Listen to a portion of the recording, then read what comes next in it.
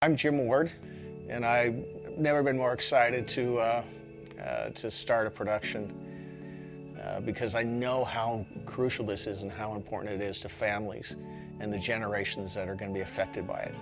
I've worked with a lot of families, and it's never about the person we're interviewing. It's about their children, their grandchildren, and their great-grandchildren. I've had an opportunity to do a lot of production in my life, produced commercials, infomercials, even had an opportunity to work on the 2002 Olympics with the production company that produced that. It was a great experience. But I will tell you this, nothing has been more impactful than the opportunity I had to sit down with my 98-year-old grandmother. I was able to talk to her about how my grandpa and grandma met.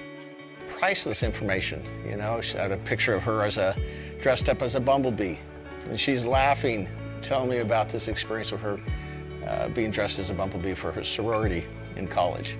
I was asked to join the Lambda Phi Lambda sorority, and which I did.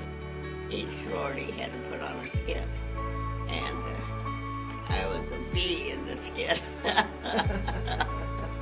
She talked about how she was dating my grandpa, and there was a guy named Carl, the same name, and she was dating him. And when my grandma got engaged to my grandpa, the mother of this other Carl wrote her a letter saying, "You're marrying the wrong Carl."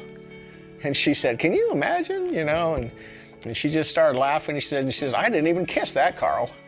When I got engaged to Carl, she wrote me a long letter that she'd had this dream and I was marrying the wrong Carl and so forth, that it was her Carl I was to marry. Oh boy, thank goodness I did.